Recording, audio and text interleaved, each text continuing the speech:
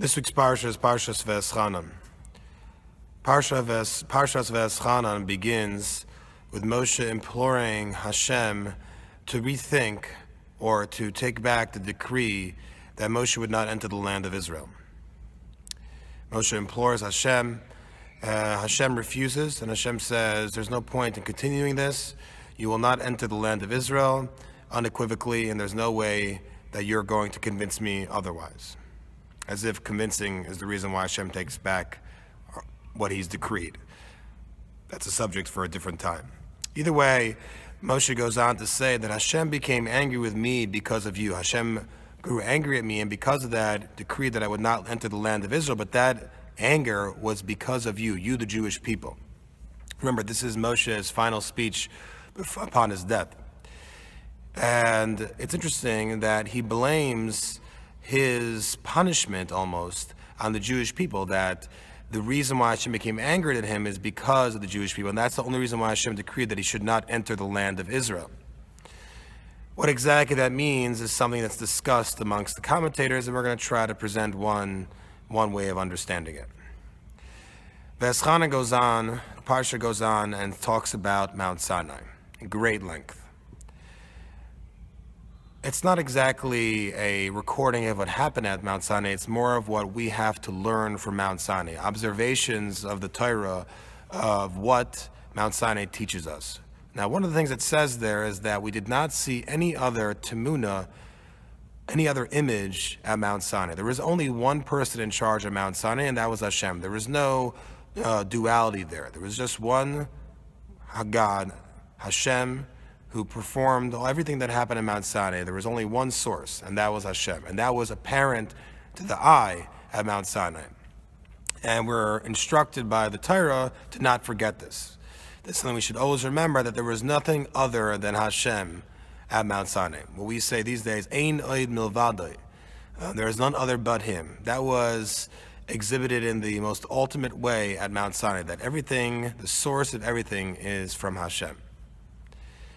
Now, the question is what's the connection between Moshe's imploring Hashem to enter the land of Israel and the continuation, the immediate continuation, which is discussing the Mount Sinai and what we can learn from it, specifically that there was no other image and the only source was Hashem, and Hashem is the only one.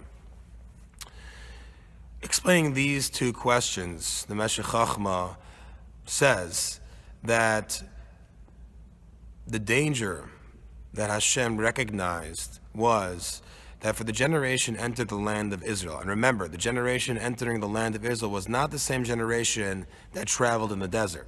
Everybody who had traveled in the desert had perished, and now there was a new generation entering the land of Israel. That generation that entered the land of Israel had not experienced the supernatural like the Jewish people in the desert. The Jewish people in the desert personally had experienced supernatural occurrences. For instance, at the Red Sea, even the most regular person, the most normal person, no supreme capabilities, he's not a tremendous Torah scholar, he experienced a high degree of prophecy. Even a maidservant, the Medrash says, experienced a level of prophecy at the splitting of the Red Sea. So the Jewish people who traveled in the desert, that generation had experienced supernatural on a very personal basis. But that was not true in the generation who entered the land of Israel. They did not. To them, life was natural, not supernatural. So because of this, with this understanding, the Meshech Chochmah says that the Jewish people who entered the land of Israel, if Moshe were to enter with them, he would be viewed as God, or second to God, because they would hear of all the stories of Moshe in the desert, in Egypt, performing plagues, extracting water from rocks, bringing down food from the heavens, the manna, and they would assume that he must be the source of these supernatural powers. And that was something that Hashem was not willing to forego on. And that is why Hashem did not forgive Moshe. Meaning Moshe implored Hashem, please let me into the land of Israel. And Hashem said, I can't do that because there's this danger that the Jewish people will view you as a God. They are now entering a natural state where supernatural occurrences will not be every day like it used to be. And because of that, they may view you as a god, and we have to avoid that danger. And that's what it means, Vayisaber Hashem bi lemanchem, that Hashem became angry with me because of you, because of the position that I hold, and because of the reverence you have for me. That is why this danger was created. But not necessarily that he was blaming the Jews, but it's the position he is in and the relationship that he has with the Jewish people which created this circumstance where Hashem could not let Moshe into the land of Israel. Just a question to discuss by the table. The Parsha says that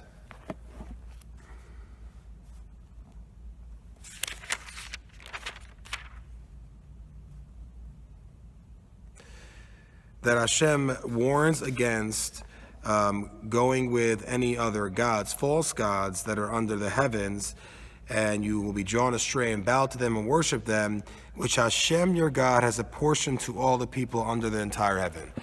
Elokim asher chalak lahem. Hashem apportioned to them.